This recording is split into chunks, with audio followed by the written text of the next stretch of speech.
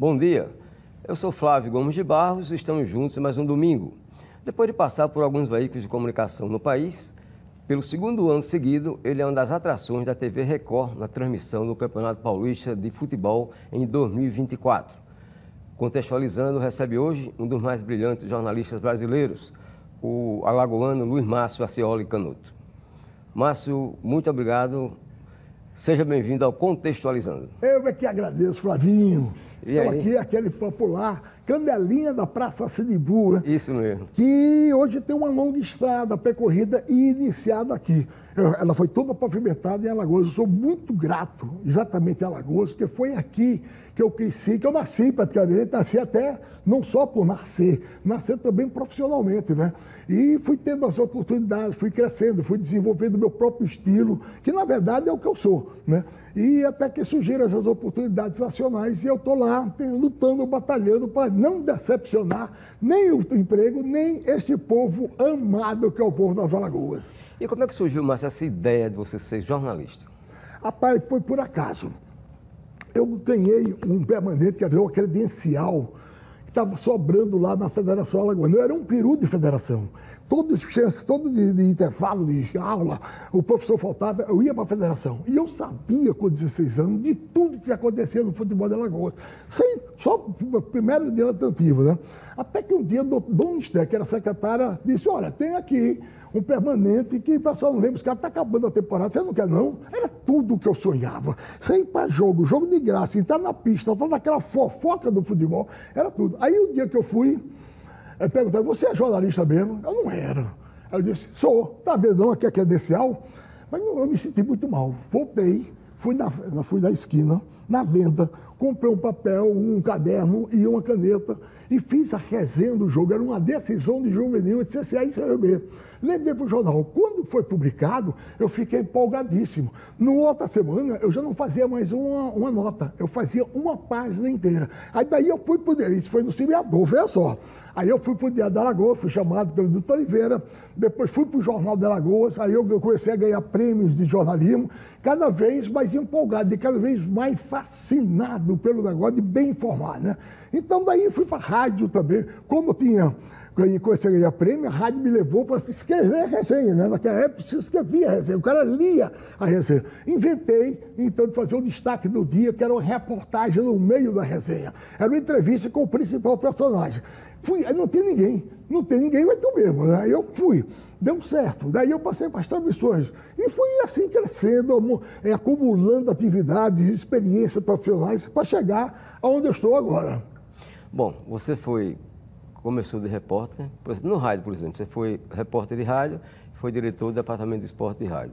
No jornalismo de geral, você foi... Eu fui editor de esporte e depois fui editor geral da Gazeta. Exatamente. Aí o que aconteceu? Veio a televisão. A televisão também. Foi. Aí não tinha... Eu acho que a televisão... Já que ele toma conta da rádio, toma conta do jornal, vem aqui para a televisão. E a televisão foi onde realmente eu me encontrei.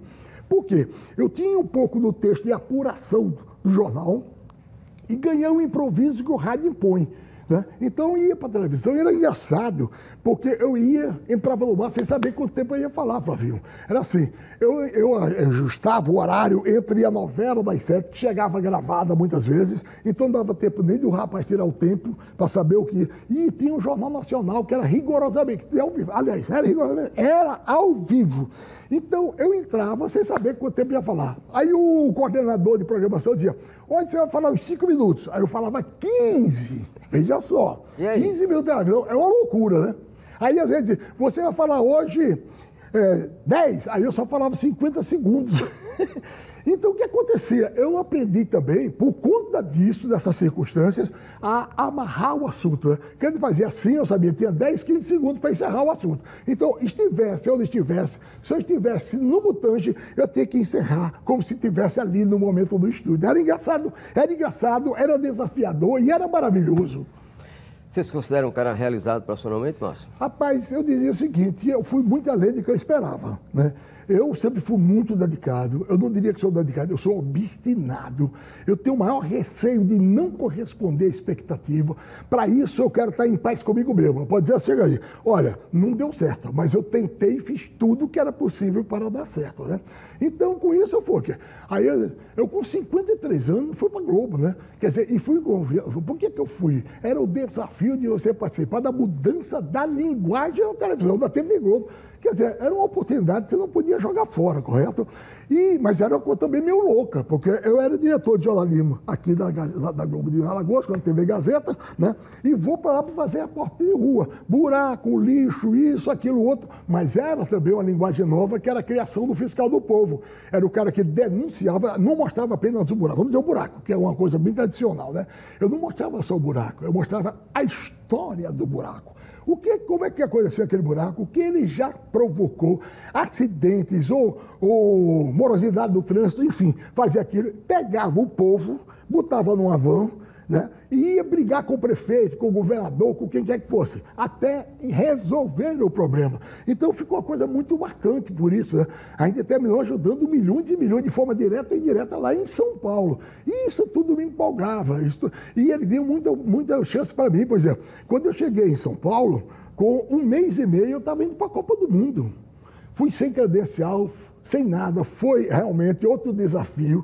Já pensou você fazer a Copa do Mundo sem credencial? E eu tinha obrigação, ou pelo menos a missão, era fazer uma matéria especial de 4, 5, 6 minutos só com o povo de São Paulo, só com histórias que interessavam a São Paulo. Foi onde eu fiz o primeiro churrasco no desespero, primeiro churrasco de frango na beira do Rio Sena, com pagode e tudo mais. Quer dizer, os caras não entendiam nada, mas era uma festa. Outra vez foi fazer o seguinte, ocupar o gramado da Torre Eiffel. Era imaculado. Era tão imaculado que agora está cercado, para ninguém entrar. E eu consegui convencer a polícia, falando alagoanês, né? Nem ele me entendia, não entendia, nem eu entendia. E a gente fez um racha de 30 minutos entre o Brasil e o resto do mundo, naquele gramado. Quer dizer, são coisas que você faz mais ou menos no desespero, que você tem uma missão a cumprir, tem que cumprir. Então, assim foi. Então, depois votei o fiscal do povo, fiz durante muito tempo, e achei até que era uma missão católica, uma missão cristã, porque além de você fazer o seu trabalho, você ajudava muita gente. No começo, Fábio, eu lhe confesso que eu não dormia direito, eu chorava muito, porque era muito problema. E você quer não, por mais imune que queira ser, você termina incorporando aquela dificuldade, daqueles dramas, aquilo tudinho. Então, aconteceu isso. Depois eu fui conseguindo dosar e dominar essa situação, para ficar mais, não diria mais confortável, mas pelo menos mais ajuizado, vamos dizer assim. Mas qual é a sensação, aliás, qual foi a sua sensação ao entrevistar aqui em Alagoas o maior personagem do futebol mundial, Pelé? De Pelé comigo. Pelé é muito marcante. Eu fui o maior admirador dele, quer dizer, todo mundo foi, mas eu em especial. Primeiro, eu tinha 19 anos, ainda era um garoto, quando ele chegou aqui para jogar contra o CRB. Ficou no Parque Hotel. Chegou numa viagem, porque naquela época a viagem era muito cansativa, né? Demorava muito. Quando ele chegou, ele teve a paciência de me dar uma entrevista de quase 1 hora ali no Parque Hotel, que hoje já não existe mais, né? Esse foi o primeiro. Quando ele veio para inaugurar, aí eu tive também contato com ele também, quando eu fui cobrir a seleção brasileira nessa eliminatória em 69. Era a época que terminava aquele treino, você entrevistava todo mundo. Hoje, você para entrevistar um pedaço de pau, tem que depender do agente, do secretário, do assessor de imprensa, do empresário, por aí afora. Bom, mas vamos voltar especificamente às coisas aqui em Alagoas. Aí veio o Pelé para a inauguração do estádio Rei Pelé, o Trapichão. Aí quando ele desce do avião, estou eu lá entrevistando o Pelé. Ele vai desfilar em carro aberto. Eu estou entrevistando o Pelé durante o trajeto. Ele chega no hotel, entrevista o Pelé. Ele vai inaugurar um banco, que ele era garoto de propaganda, lá estava eu. Quando ele foi no dia da inauguração do estádio, ele chegou, estava Mascanuto. Quando ele chegou no vestiário, Mascanuto. Ele entrou em campo, Mascanuto. Na saída dele, que ele saiu um pouco antes, porque ele ia para o Rio de Janeiro, pegar um avião, tinha um jatinho aqui esperando ele. Aí eu estou lá no vestiário. Ele disse, ô menino, tu ainda tem alguma pergunta para me fazer? Eu disse, Pelé, eu estou diante de Pelé, você acha que eu vou deixar passar essa oportunidade? Ele se divertiu e deu entrevista. Ele era um cara maravilhoso. Depois encontrei ele quando fui fazer Bem Amigos, que ele ia lá para o programa do Galvão, e era uma figura. Entrevistei também ele lá na França, na Copa do Mundo de 98. Ele foi sempre uma figura extraordinária. Não era aquele jogador inacreditável, inalcançável, né? Como ele era uma figura generosa, muito boa gente. Maravilhoso, em todos os aspectos. Era Pelé. Ok, vamos a um breve intervalo comercial. Da volta, a gente continua nossa entrevista com Márcio Canuto. Estamos de volta com o programa Contextualizando. Aqui comigo, o jornalista Márcio Canuto. Márcio, Copa do Mundo. Qual é a sensação de cobrir uma competição tão importante? No futebol é a mais importante. Olha, eu tenho na Copa do Mundo grandes alegrias e também a maior de todas as decepções, né? Eu estava na Copa do Mundo 98. Eu estava no estádio 98, preparado para ser campeão do mundo mais uma vez. Quando consegui entrar no estádio sem credencial, uma coisa, eu não entendo até hoje como consegui isso. Estou lá empolgado, uma conquista profissional na beira ali do gramado, você está no gramado mesmo, né? Ali junto à torcida. Brasileiro fazendo uma festa quando o Brasil começa logo, tomou 1-0, 2-0, 3-0, aí me liquidou. Quer dizer, eu estava pronto para viver um momento histórico, inesquecível da minha vida, junto à torcida no estádio. O Brasil perdeu. Depois eu estava naquela de 71, em que o Brasil tomou de 7-1, eu não estava no estádio, mas estava junto da torcida. Que ou eu fui para a Copa do Mundo, aí eu fiz torcida. É uma coisa que eu gosto muito. Eu gosto de gente. Por exemplo, o repórter, no momento que eu tenho essa multidão, ele prefere ficar num praticado, quer dizer, aquele tipo de palanquezinho. Não, eu gosto de estar no meio do povo. Eu gosto dessa energia do povo. Eu gosto dessa confusão que somente a torcida pode oferecer. Estava lá e sofri, quer dizer que começou aquela enxurrada de gols, você está liquidado, você não tem o que fazer, não vai mais nem entrar, porque não tem mais o que mostrar, daí em termos de alegria, de empolgação, de nada. Então foram mais ou menos isso. De 81 para cá, eu participei praticamente de todas as Copas, né? As que eu fui e as que eu fiquei fazendo o que a gente chama de cozinha. E isso, Olimpíada, esses grandes eventos, eu era chamado, ou também aqui na TV, ele estava aqui em Maceió, ele me chamava para participar dessas coberturas, né? Depois que eu passei lá, muito mais ainda. Mas é essa história e confesso a você que ando muito preocupado com o futuro da seleção brasileira, né? Porque as atuações são inexpressivas, né? Você não tem mais aquele sujeito que diferencie. Você tinha Rivaldo, Ronaldo Fenômeno, Ronaldinho Gaúcho, tinha Neymar em forma. Porque a gente critica muito o Neymar, assim, né? O comportamento dele. Mas o Neymar é um jogador em forma completa, né? Ele dribla, ele chuta, ele faz com as duas pernas, ele faz cruzamento, ele bate pênalti, bate escanteio, bate tudo com perfeição. Quer dizer, é um jogador excepcional. Nós não vemos no momento isso. Essa nova geração é carente desse momento. Fazer muita fé no Vinícius Júnior, mas nas vezes que ele foi para a seleção brasileira, ele ainda não foi no seu esplendor. É isso que nós esperamos, para que a seleção tenha conteúdo, tenha talentos capazes de desequilibrar o jogo. Bom, quando alguns dos mais velhos, né, como nós dizemos que o futebol antigamente era melhor do que o de hoje, os jogadores eram melhores do que os de hoje, aí dizem, não, isso é saudosismo. O futebol naquela época era diferente de hoje, hoje é mais pegado, mais disputado, coisa e tal. Na sua avaliação, essa geração, como é que se compararia, se é que podia comparar, com a de 58, por exemplo, de 62? Ô Flavinho, a seleção de 70, o Rivelino teve que jogar de ponta esquerda, né? Porque não tinha tanto craque, super craque. E Rivelino, o ídolo de Maradona, foi jogado na ponta esquerda, né? E tinha jogadores fantásticos na reserva, tinha Dirceu Lopes, aí você vai botar um negócio. Hoje em dia, nós não temos essa geração vencedora. E outra coisa, o pessoal não tem mais essa empolgação em meter aquela camisa amarela da seleção brasileira e dizer, eu represento um país que tem tradição, que tem força, que é uma potência futebolística. Então, não funciona bem. Outra coisa que eu acho, Jovem, é que antigamente se desenvolvia muito drible, as condições individuais. Onde a pomba da garotada chega com 14, 15 anos, cheia de habilidade, dribla 1, dribla 2, o técnico já grita, passa a bola, tá.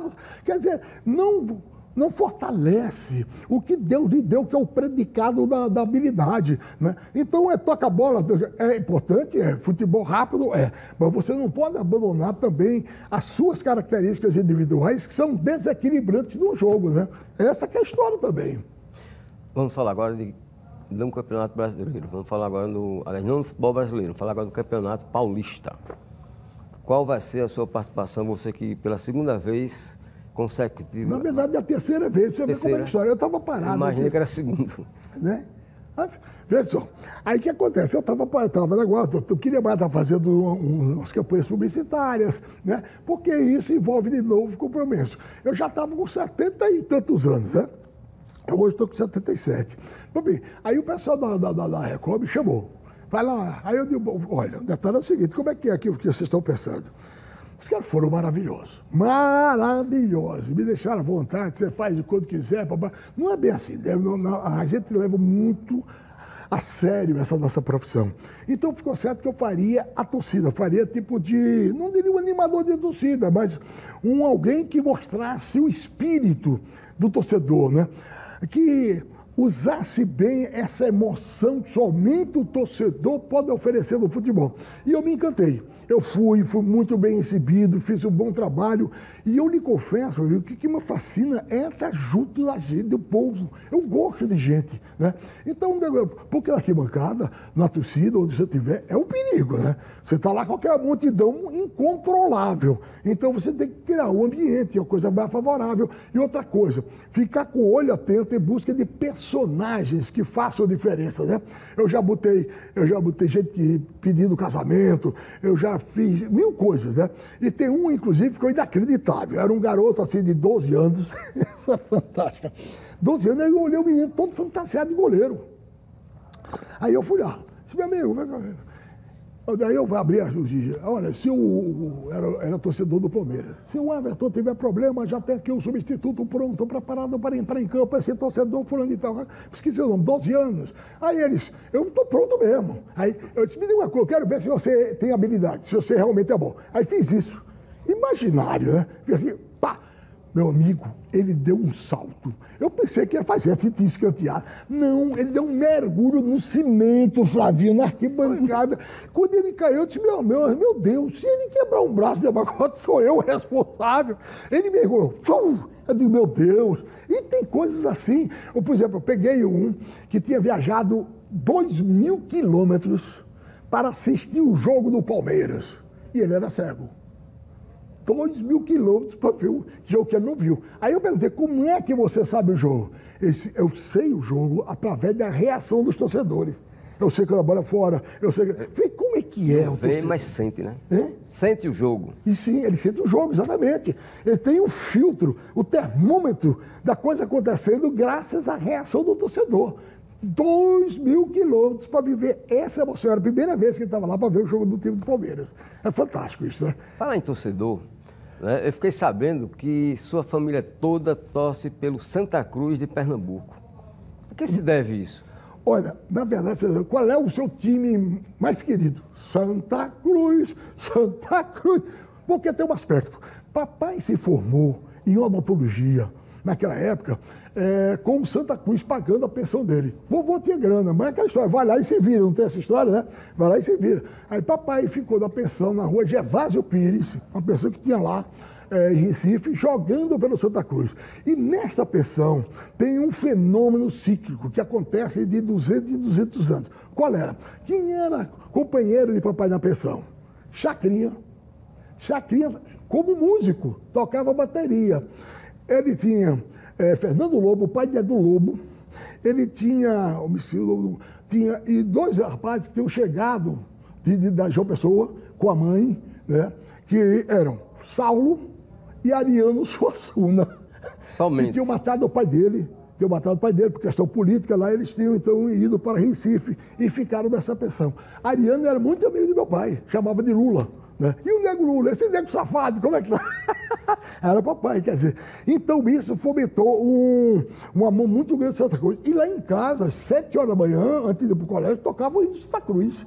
E Meio-dia, o outro lado do LP não, do 78 rotações. Para quem não sabe, era um disco duro né, de cera, que botava e falava do super campeão de 57. Aníbal de Augustino, Zequinha Aldemariadinho, Lanzoninho, Faustino, Rudimar, Mituca e Jorginho. O único time que eu aprendi a memorizar, porque o resto eu não sei.